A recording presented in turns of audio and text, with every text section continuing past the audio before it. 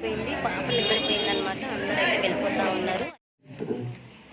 ఉద్యోగ విషయంలో నేను ఆశీర్వదిస్తుడు, నీ వ్యాపార విషయంలో నేను ఇక్కడ మిషన్ కాడ ఉన్నాయి, అక్కడ ఉండండి. ఇది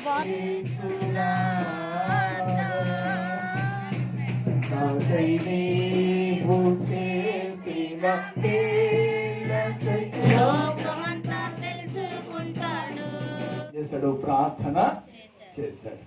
ఇక్కడ మొత్తానికి అయితే శారీ కట్టేసుకుని రెడీ అయిపోయానండి చర్చికి వెళ్ళడానికి. మొత్తానికి కట్టేసుకున్నాను, రెడీ అవ్వడమేనండి ఆలస్యం. నా శారీ ఎలా అనిపించింది ఏంటి అనేది కూడా నాకు కామెంట్ సెక్షన్లో కామెంట్ చేయండి. హాయ్ ఫ్రెండ్స్, ఎలా ఉన్నారు? నేను చాలా బాగున్నాను. ఈరోజు అయితే సండే అండి, మేమైతే చర్చికి వెళ్తున్నాను. ఈరోజు మట్ల ఆదివారం అండి. నేను అక్కడ నాకు వీలైన వరకు అయితే నేను తీస్తూ ఉంటానండి వీడియో అంతా కూడా. ఇప్పుడు టైం ఎగ్జాక్ట్లీ వచ్చేసి 11:20 అవుతుందండి. 11:30కి మా ప్రేయరు. మేమైతే స్టార్ట్ అయిపోయామండి. ఇంకా నార్మల్గా సరదాగా వ్లాగ్ తీద్దాం అన్నట్టుగా స్టార్ట్ చేసేసానండి. పెట్రోల్ పోయించేసుకుని వెళ్ళిపోతూ ఉన్నాము. నేను ఒక్కదాన్నే వెళ్తున్నానండి. మా హస్బెండ్ అయితే నన్ను డ్రాప్ చేయడానికి వచ్చారనమాట. గల్లీ వచ్చేసి ఇది ఎక్కడో కనిపెట్టారా ఫ్రెండ్స్? డిమార్ట్ నుంచి లోపలికి వెళ్ళిపోవాలండి. ఇక్కడ వచ్చేసారు. ఇది మా చర్చి గేట్ అనమాట. ఇప్పుడు వీడియో చూస్తూ ఉండండి.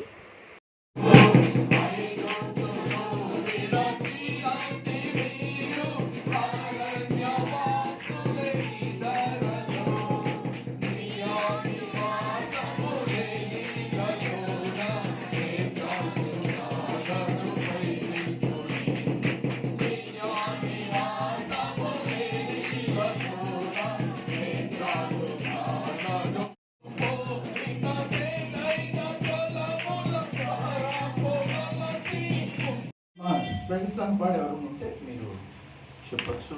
మోనికా కానీ, అక్షయ కానీ, చిన్న కానీ, బరుడా కానీ, ఎనిబడి లోకమంతా తెలుసుకుంటాడు.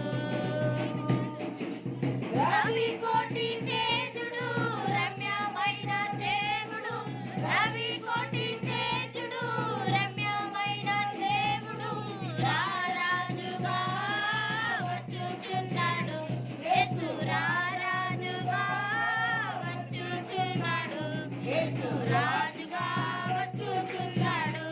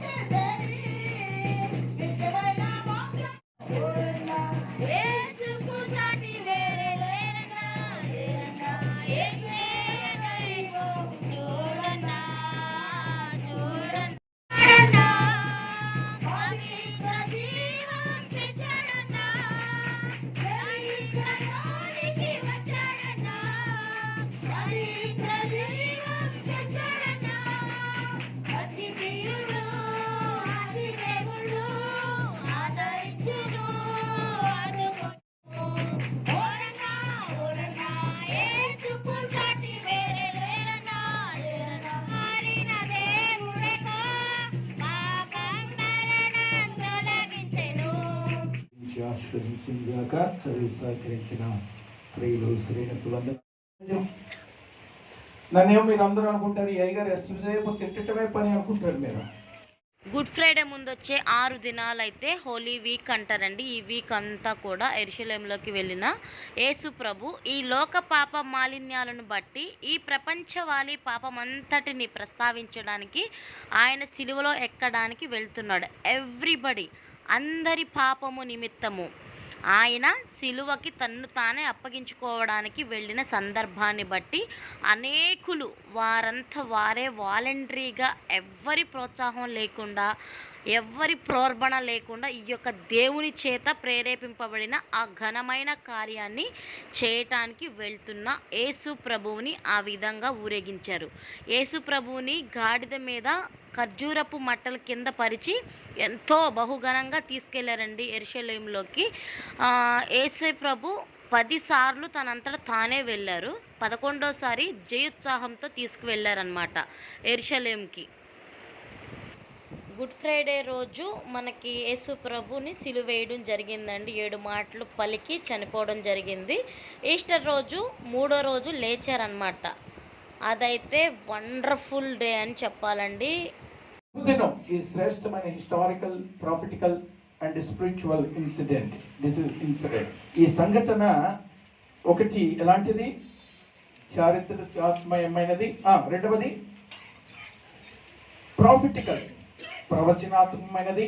మూడవది ఇట్స్ ఎ స్పిరిచువల్ ఇన్సిడెంట్, అనగా ఆత్మీయ సంఘటన. ఇటువంటి ఈ శ్రేష్టమైన దినాన్న యేసు ప్రభువు వారు యెరూషలేములోనికి ప్రవేశించిన సందర్భాన్ని జ్ఞాపకం చేసుకుంటూ కేవలము బేతేలు సంఘము కుషాయిగూడలో మాత్రమే కాదు, ప్రపంచ దేశాలు ఈ దినాన్ని బహు వేడుకగా ఆయనను ఆరాధిస్తూ, ఆయన స్తుతిస్తూ ముందుకు సాగుతున్నాయి. ఈ శుభదినాన్న, ఈ చారిత్రాత్మకమైనటువంటి ఈ దినాన్న కొంతమంది ఇంకా సంఘంలో కనబడకపోవడం చాలా విచారకరం. ఇది కుటుంబాలుగా దేవుని సన్నిధికి వచ్చి ఆయనను ఆరాధించవలసిన శుభదినం.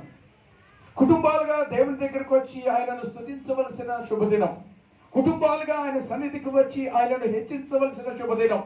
కుటుంబాలుగా ఆయన సన్నిధికి వచ్చి ఆయనను గడపరచవలసిన దినం ఈ దినం. ఆయన చాలా మంది ఈ దినాన్న ఇక్కడ కనబడకపోవటం చాలా విచారకరమైన సంగతి అనే సంగతిని మీకు జ్ఞాపకం చేస్తా. చాలా మందికి నేను ముందే చెప్పాను, ఈ దినము ఈవినింగ్ ప్రార్థన ఉండదు, కేవలము మార్నింగ్ మాత్రమే ప్రార్థన ఉంటుందని మీ అందరికి కూడా గ్రూప్లో ముందుగానే మెసేజ్ పెట్టడం జరిగింది. ఎవరు ఎంతమంది ఫాలో అవుతున్నారు నాకైతే తెలీదు. చాలా మందికి ఆ విషయాన్ని మీరు చూశారని నేను నమ్ముతున్నాను. సరే, నేను వాక్యంలో ముందుకు సాగిపోతూ ఉంటున్నాను. ప్రియదేవుని బిడ్డలారా, ఈ మట్ల ఆదివారము యేసు ప్రభువారు జయోత్సాహముతో యెరూషలేము ప్రవేశించడానికి అనేక కారణములలో ప్రత్యేకమైనది, ప్రధానమైనది ఏంటంటే క్రీస్తు ప్రభువారు తను తాను అప్పగించుకోవడానికి జయోత్సాహంతో యెరూషలేములోనికి ఆయన ప్రవేశించారు. ఈ సందర్భాన్ని యోహాను భక్తుడు యోహాను సువార్తలో కుమారి భయపడకము, ఇదిగో నీ రాజు గాడిద పిల్ల మీద ఆసీనుడై వచ్చుచూ ఉన్నాడు అని రాయబడిన ప్రకారము యేసు ఒక చిన్న గాడిదను కనుగొని దాని మీద కూర్చుండి ఆయన శిష్యులు ఈ మాటలు మొదట గ్రహింపలేదు, కానీ యేసు మహిమపరచబడినప్పుడు అవి ఆయనను గూర్చి రాయబడిననియో వారాయనకు వాటిని చేసిరనియో జ్ఞాపకము తెలుసుకొని దేవుడు తన పరిశుద్ధ వాక్యమును మన వెనికి పస్కా పండుగకు 6 దినాలకి ముందుగా, ఎన్ని దినాలమ్మా? 6 దినాలకి ముందుగా వారు ప్రయాణమై యెరూషలేముకి వెళ్తూ ఉండగా వారందరూ కూడా దారి పొడుగున ఏం చేశారంటే ఖర్జూరు మచ్చలతో ఆ గాడిద పిల్ల నేల మీద నడవకూడదు అనే ఉద్దేశంతో వారు ఏం చేశారంటే ఖర్జూరపు మట్టలను ఇక్కడ దారి పొడుగున పరచినట్లుగా లేఖనాల్లో మనం చూస్తున్నాం. ఈ మట్టలు ఖర్జూరపు మట్టలు కాదండి. ఇవి ఎపీరియన్స్ ఈజ్ లైక్ దట్. ఇవి ఖర్జూరు మట్టలాగా అనిపిస్తాయి కాబట్టి వీటిని మనం కట్టాము, కానీ ఇవి కాదు. ఇవి ఏం చేస్తాయి అంటే మనం హట్ చేస్తే పట్టుకుంటే, కానీ ఖర్జూరు మట్టలు అలాంటివి కాదు. ఇవి ఈత మొక్కలు కదా. దీన్ని తేవడానికి ప్రియులు వరప్రసాద్ గారు ఎంతో కష్టపడ్డారు. మరి రెస్ట్ తీసుకుంటారా? ఎక్కడ కనబట్టలేదు నాకు. ఎక్కడున్నారు? ఎక్కడున్నారు? ఏంటంటే నెమ్మదిగా ఇక్కడి నుంచి అక్కడికి వెళ్ళారా? నాకు కొద్దిగా భయం వేస్తుంది. ఇక్కడి నుంచి నెమ్మదిగా అక్కడికి, అక్కడి నుంచి అక్కడికి వెళ్ళారంటే నెక్స్ట్ ఎగ్జిట్ అనమాట. అలా చేయకు బాబు నాన్న. దీని కొరకు వారు ఎంతో ప్రయాసపడ్డారు. అవి తీసేటప్పుడు అవి ఏం చేస్తాయంటే గుచ్చుకుంటా వచ్చాయి. కానీ ఆ ఖర్జూరపు మట్టలు అలాంటివి కావు. ఖర్జూరంలో ఒక గొప్ప శ్రేష్టత ఉందండి. ఖర్జూరాన్ని పరిశుద్ధ లేఖనాల్లో ఖర్జూరపు మొక్కలు దేంతో పోల్చారంటే నీతిమంతులతో దేవుడు పోల్చాడు. కీర్తన గ్రంథము 92వ కీర్తనలోనికి మీరు వెళ్ళినట్లయితే అక్కడ పరిశుద్ధాత్మ దేవుడు ఒక మాట రాస్తూ ఉన్నాడు. కీర్తన గ్రంథము 92వ మాట అవునంటే అవును, కాదంటే కాదు. ఆయన నోట ఏ కపటము లేదు. ఆయన స్ట్రైట్. ఆయనకి పరిషేడని లేదు, సుంకరని లేదు, రాజు అని లేదు, ప్రధాని అని లేదు, భటుడని లేదు, ఎవరైనా లేదు. ఎవరితో ఏది చెప్పాలో అది ఖచ్చితంగా చెప్పడానికి ఇష్టపడే వ్యక్తి ఎవరంటే మన ప్రభు అయిన క్రీస్తు.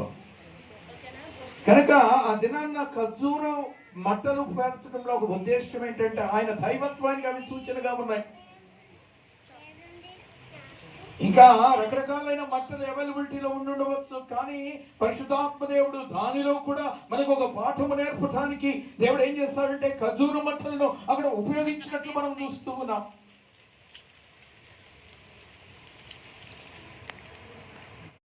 నీతిమంతులతో పోల్చబడ్డాయి. మన ఈయన గురించి జకరియా ఏమని రాశాడు? 9:9 ఏమని రాశాడు? నీ రాజు, మన రాజు ఎలాంటివాడు? నీతిపరుడు. ఆ నీతిపరుని యొక్క సూచనగా మీరు ఏం వాడారు? అక్కడ ఖర్జూర మట్టలను వాడారు. ఆమేన్, హల్లెలూయా. పరిశుద్ధ లేఖనములో రాయబడిన ఏ సంఘటన అయినా, పరిశుద్ధ లేఖనములో రాయబడిన ఏ చర్య అయినా దాని వెనకాల ఒక ఏముంటుంది అంటే పరమార్థము దాగి ఉంటుంది. అందుకని ఈ బైబిల్ యొక్క విశిష్టత ఏంటంటే ఏ సందర్భానైనా, ఏ యొక్క ఇన్సిడెంట్ అయినా, ఏదొక చర్యనైనా, లేకపోతే ఏదొక మనిషి యొక్క ప్రస్తావన ఇందులో దేవుడు ప్రస్తావించాడు అంటే దాని ద్వారా దేవుడు మనకు ఒక పాఠాన్ని నేర్పాలని ఆశపడేవాడై ఉన్నాడు. ఆమేన్, హల్లెలూయా, హల్లెలూయా. ఈ ఖర్జూరపు మట్టల్లో కూడా ఒక గొప్ప విశేషాన్ని దేవుడు దాచి ఉంచాడు. అది దేనికి సాదృశ్యంగా ఉందంటే ఆ నీతిమంతుడైన క్రీస్తు ప్రభు వారికి సాదృశ్యం ఉంది. ఆమేన్, హల్లెలూయా, హల్లెలూయా. ఖర్జూర మొక్కలు 120 అడుగులు స్ట్రైట్ గా పెరుగుతాయండి. 120 feet. మీరు తాటి చెట్లను చూసి చాలా సార్లు అబ్బా ఎంత ఎదుగా హైట్ ఉన్నాయి అనుకుంటాం కదా మన ఏరియాలో. కానీ కొన్ని తాటి చెట్లు ఎలా ఉంటాయమ్మా? వంకర టింకరగా పైకి పెరగగానే అవి గాల్లో అటు మెలుగులు తిరుగుతాయి, ఇటు వెళ్తాయి. వాటిని చూస్తే మనకి పాములు గుర్తొస్తాయి. కొడుస్తాయి. బ్రతుకు మన జీవితాల్లో ఉండకూడదు. కొంతమంది అసలు తినగా నిలబడరండి, తినగా మాట్లాడరు. వాళ్ళ మాటల్లోనే వంకరతనం ఉంటాయి. వారు 2-3 మాట్లాడతారంటే అందులో ఏదో ఒక చెప్పాలి పుల్ల వీర్పు మాటలు ఉంటాయి. వారితో 2 నిమిషాలు మాట్లాడాలంటేనే మనకేమొస్తుంది? చిరాకు. వంకరతనము లేదు, ఎటువంటి తంత్రములనే లేదు. ఆయన తిన్నైన వాడు. ఆమేన్, హల్లెలూయా. అది అందుకనే అది నన్న వారు ఏం చేస్తారంటే ఖర్జూరపు మట్టలు మరిచి ఆయన దైవత్వములో ఉన్న లక్షణాలను ప్రతిబింబించే రీతిగా ఆయనను గణపరుస్తూ వారు ఏం చేస్తారంటే ఖర్జూరపు మట్టలను ఏం చేస్తారు? మరిచారు. ఆమేన్, హల్లెలూయా. తర్వాత మరొక సత్యం ఏంటంటే ఈ ఖర్జూరపు చెట్టులో ఉన్న మహత్యము ఏంటి అని మనం ఆలోచన చేస్తే ఈ ఖర్జూరపు చెట్టులో ఉన్న ఆకు మొదలుకొని వేరు వరకు ప్రతి ఒక్క ఆకే గాను వేరే గాను కారణమే గాను అందులో ఉన్న ప్రతి భాగము ఉపయుక్తమైనది. ఆమేన్ హల్లెలూయా. అంటే ప్రభావముతో కూడినది, మేలు చేసేది. ఎలా చెప్పండి? ఎలా మేలు చేసేది. నేను కొంతకాలము రాజమండ్రి పట్టణంలో జాబ్ రీత్యా కొంతకాలం అక్కడ 3.5 సంవత్సరాలు ఉన్నాను. అక్కడ ఉండగా అప్పుడు మారకమైన రోగం వచ్చినప్పుడు ఆ యెషయా భక్తుడు ఆయన దగ్గరకు వెళ్ళి, అయ్యా నీవు ఇక చాలు, నీ దినాలు ముగించబడుతున్నాయి, నీవు చచ్చిపోతావు, నీ ఇల్లు చక్కబెట్టుకో అని చెప్పాడు. ఎవరు? యెషయా. చెప్పినప్పుడు ఇతను ఏం చేస్తాడు? గోడ వైపు తిరిగి దేవుని సన్నిధిలో ఏం చేశాడు? ప్రార్థన చేశాడు. ప్రార్థన చేసినప్పుడు ఏమైంది? దేవుడు యెషయాను మరలా పిలిచి, లేదు నీకు ఇంకెన్ని సంవత్సరాలు ఇస్తాను? 15 సంవత్సరాలు ఆయుష్ ఇస్తాను. అయితే నీకు నరాలకు ఒక డాక్టరు, ఎముకలకు ఒక డాక్టరు, ఆఖరికి నోట్లో ఉన్న పళ్ళకి కనీసం ఎన్ని పళ్ళు ఉన్నాయో పళ్ళ చేత మీకు ఏం కలుగుతుంది? స్వస్థత కలుగుతున్నది. ఆయన పొందిన దెబ్బ క్రీస్తు ప్రభుల వారు ఏ విధమైన రోగమునైనను ఎట్టి రీతిగా స్వస్థపరచగలరో ఖర్జూరములో కూడా అదే మహత్యాన్ని దేవుడు ఇచ్చాడు. అందుకనే అది నాన్న వాళ్ళు ఖర్జూరపు మట్టలను పరిచి ఆయన దైవత్వాన్ని లోకానికి ఏం చేశారు? చూపెట్టడానికి ప్రయత్నం చేశారు. ఆమేన్ హల్లెలూయా. హల్లెలూయా.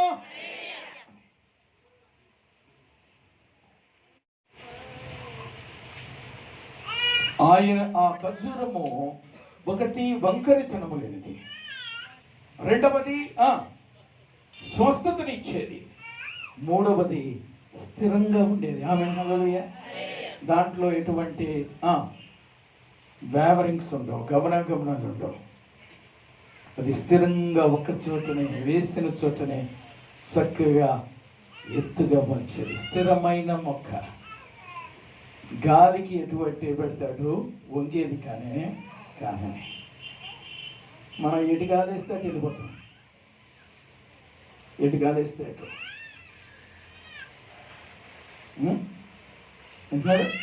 ఎటు గాలేస్తే అటు. ఈ లోకములో ఖర్జూర వృక్షాల వలె మనం ఉండాలని దేవుడు కోరుకుంటున్నాడు. మనము నీతిమంతులుగా ఉండాలని దేవుని ఆశ. ఖర్జూర వృక్షం యొక్క మొదటిది నేను చెప్పాను, అది నీతిమంతులకు సాదృశ్యంగా ఉంది. ఆయన నీతిమంతుడు. రెండవది, ఖర్జూర వృక్షం దేనికి సాదృశ్యంగా ఉందని చెప్పాను? దానిలో వంకరితనము లేదని చెప్పాను. మన మాటల్లో, మన చేష్టల్లో, మన యొక్క దైనందిన జీవితంలో ఎటువంటి వంకరతనం ఉండడానికి వీలు లేదని చెప్పాను. మూడవది, ఖర్జూరంలో ఉన్న మూడవ శ్రేష్టత ఏంటి అంటే, ఖర్జూరము ఎలాంటిది అంటే మనలో ఉన్న బాధను నివారించేది, స్వస్థతనిచ్చేది. నీవు కూడా ఎదుటివారి బాధలు నివారించేవాడిగా ఉండాలి కానీ వాటిని ఎన్హాన్స్ చేసేవాడి కానీ ఉండకూడదు. వాటిని హెచ్చించేవాడిగా నీ జీవితం ఉండకూడదు. కొంతమంది బాధలు తీర్చుకోగా మనల్ని మరింత బాధలకు పెట్టేవారిగా ఈ లోకంలో ఉంటారు. అలా ఉండకూడదు. మన కుటుంబ జీవితంలో కానీ, సంఘ జీవితంలో కానీ, మన జీవితాల్లో ఎక్కడ ఎవరిని మనం ఎప్పుడు కూడా బాధ పెట్టకూడదు. అమ్మ వింటున్నారా? వీలైతే మేలు చేయాలి, లేకపోతే గమ్మున ఉండాలి. కానీ ఒకరి బాధలకు మనము ఎప్పుడు మూలము కాకుండా మన జీవితాన్ని ముందుకు నడిపించాలి. కుటుంబంలో కూడా నిన్ను బట్టి నీ భార్య ఏం చేయకూడదు? బాధపడకూడదు. నిన్ను బట్టి నీ భర్త బాధపడకూడదు. నిన్ను బట్టి నీ బిడ్డలు బాధపడకూడదు. నిన్ను బట్టి ఇంకా నీ బంధువులు కూడా బాధపడకూడదు. మనము ఒకరికి మేలు చేసేవారిగా ఉండాలి. ఒకరికి మనము ఏం చేసేవారి ఉండాలి? వారి బాధను నివారించే వారిగా ఉండాలి. మన మాటల ద్వారా కానీ, మన క్రియల ద్వారా కానీ ఎదుటి వారిని బాధకు ఉపశమనం ఇచ్చే వారిగా మనం ఉండాలి. అది లక్షణము కానే కాదు, ఆయన బాధలను నివారించే దేవుడు. ఆమేన్ హల్లెలూయా. నీ జీవితం అలాగేనే ఉందా? ఇది నన్ను ఒకసారి దేవుని వాక్యపు వెలుగులో నేను వచ్చినప్పుడు, వేదన వచ్చినప్పుడు, బాధ వచ్చినప్పుడు, ఒకవేళ సంఘంలోనే అవమానం కలిగినప్పుడు నీవు సంఘాన్ని విడిచిపోవటం కాదు, కానీ ఆ సంఘములో ఉండే దేవుని కొరకు నువ్వు పోరాడే అనుభవం కలిగిన వాడిగా ఉండాలి. ఈ సంఘంలో కొన్ని లోటుపాట్లు ఉండొచ్చు, నేను కాదంటలే. దేవుడు నిన్ను సంఘంలో పెట్టింది లోటుపాట్లను సరి చేయటానికి, కానీ లోటుపాట్లు ఉన్నాయి కదా అని పారిపోవటానికి కాదు. అమ్మ వింటున్నారా? ఈ సంఘంలో నీకు ఏదైనా లోటు కనబడినప్పుడు, ఏదైనా ఆత్మీయత లోపించినప్పుడు, ఏదైనా ఆత్మీయ జీవితంలో సరైన స్థితిగతుల్లో లేనప్పుడు నీవు ఉండి దేవుని సన్నిధిలో ప్రార్థన చేస్తా, అయ్యా నా సంఘాన్ని జ్ఞాపకం చేసుకో, నా సంఘాన్ని మీరు దీవించు, నా సంఘంలో ఇంకా అనేక మందికి స్థిరత్వం లేదు నాయన, వారిని స్థిరపరచు ప్రభువా అని నీవు దేవుని సన్నిధిలో గోదాడటానికి దేవుడు ఈ సంఘంలో నేను సభ్యుడిగా పెట్టాడు, కానీ సంఘం నుండి పారిపోవటానికి కానే కాదు. ఆ స్థిరత్వము నీ జీవితం ఏ విధంగా నీతిమంతుడిగా ఒక ఖర్జూర వృక్షం వలె ఈ లోకంలో అనేకుల జీవితాల్లో నెమ్మదిని, శాంతిని, సమాధానము, ఆఖరికి పరిశుద్ధతను, పవిత్రతను చేకూర్చడానికి తను తాను అర్పణగా తన శరీరమునంతటిని నీ కొరకు నా కొరకు అప్పగించుకున్నాడు. నీవు కూడా ఈ యొక్క ఆత్మీయ జీవితంలో, విశ్వాస యాత్రలో అనేకుల మేలు కొరకు నిన్ను నీవు దేవుని కొరకు అప్పగించుకొని నీవు ముందుకు సాగితే దేవుడు నిన్ను కూడా ఒక దీవెనకరమైన, ఆశీర్వాదకరమైన, శ్రేయస్కరమైన పాత్రగా ఈ లోకంలో వచ్చి అనేకుల యొక్క బాధను నివారించే గొప్ప ఔషధంగా నీ జీవితాన్ని దేవుడు తీర్చిదిద్దుతాడు. అట్టి కృప దేవుడు మన అందరికీ దయచేయాలని ఈ కొద్ది మాటలు ముగిస్తున్న దేవుడి వర్తమానాన్ని దీవించి ఆశీర్వదించునుగాక. ఆమేన్. మనం ఒక పాట పాడుకోకుని కానుకలు సమర్పించుకున్న తర్వాత చివరి ప్రార్థన ఆశీర్వాదముతో మనం సెలవు తీసుకున్నాం.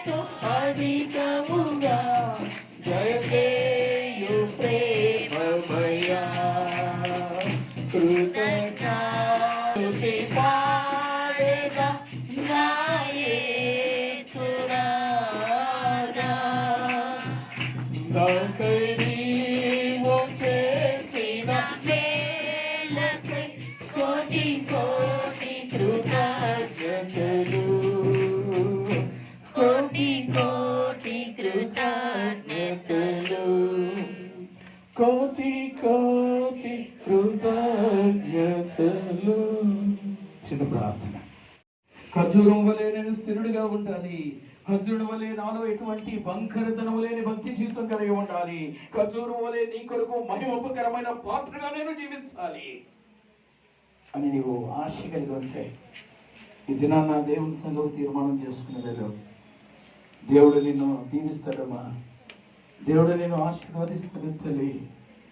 వారు మందిరములో నాటబడిన వారై వారు దినదినము వర్ధిల్లుతారని పరిశుద్ధ లేఖనాలు సెలవిచ్చినట్లు.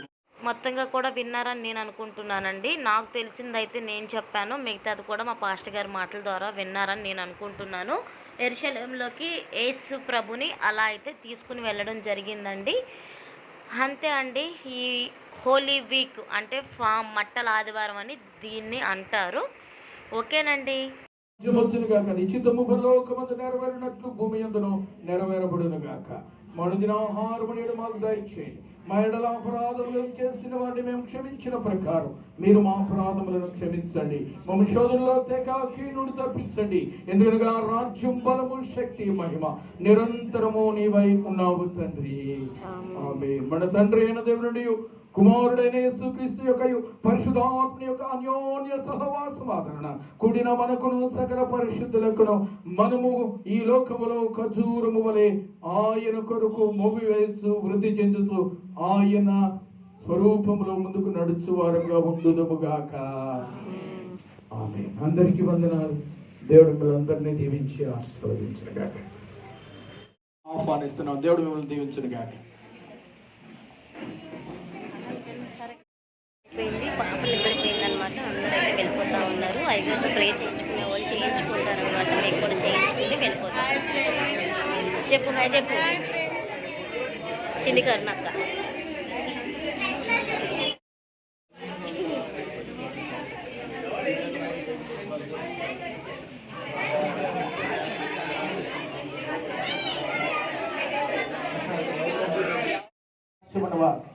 ఇక్కడికి వచ్చి నన్ను కలవాల్సిందిగా ప్రభు పేరిట మీకు మనం చేస్తుంది. లేకపోతే నాకు టెస్ట్ అయినా చేయాల్సింది మనం చేస్తాం.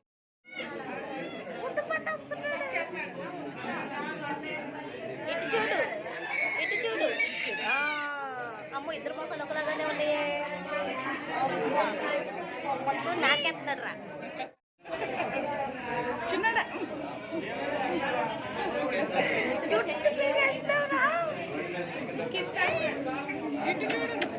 చూడు ఇటు చూడు.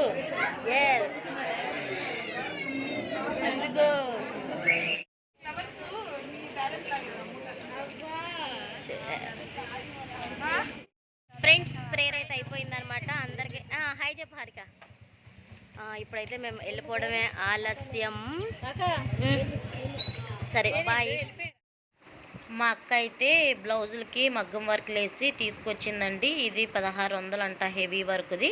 చాలా రీజనబుల్గా ఉందండి. ఇంకా చిన్నవి అంటే ఇది ఈ బ్లూ బ్లౌజ్ చూపిస్తున్నాను కదా 800 మాత్రమే. ఇదైతే 1000 రూపీస్ అంటండి. థ్రెడ్తో చేసింది, అవైలబుల్గా ఉన్నాయి అని చెప్పింది. ఇంకా సో ఈ డీటెయిల్స్ ఏమైనా కావాలి అంటే నాకు కింద మెసేజ్ చేస్తే నేను దాని డీటెయిల్స్ అయితే చెప్తానండి. చాలా అంటే చాలా రీజనబుల్గా ఉంది. మా పెద్దమ్మ అంటే మా అక్క అనమాట, వీళ్ళు బిజినెస్ పెట్టారండి, అందుకని చెప్తాం జరుగుతుంది. జ్యోతిని లోపల ఎక్కడో కనిపిస్తున్నారు. పోసేసింది, ఎండలు బాగా కొడుతుంది కదా. అంతే అండి, మట్లాదివారం అయితే ఇలా అయిపోయింది. 6 రోజులు కూడా ఈవినింగ్ ప్రేయర్స్ ఉన్నాయి అని చెప్పారనమాట. ఆదివారం నుంచి శుక్రవారం వరకు కూడా. ఫ్రైడే వచ్చేసి గుడ్ ఫ్రైడే అండి. నేనైతే ఇది త్వరగా పోస్ట్ చేయడానికి నేను ట్రై చేస్తాను. ఇంకా ఇప్పుడైతే డిమార్ట్ దగ్గర నుంచి వెళ్ళిపోతున్నానండి. మా తమ్ముడు అయితే రోడ్డు వరకు డ్రాప్ చేసేసాడు. ఫ్రెండ్స్ మా తమ్ముడు అయితే ఇంకా రోడ్డు మీద అయితే డ్రాప్ చేసేసాడండి. ఇంక ఇంటికి వెళ్ళడమే ఆలస్యం అనమాట. ఎల్లు మా అమ్మ తీసుకెళ్ళి ఇంటికి.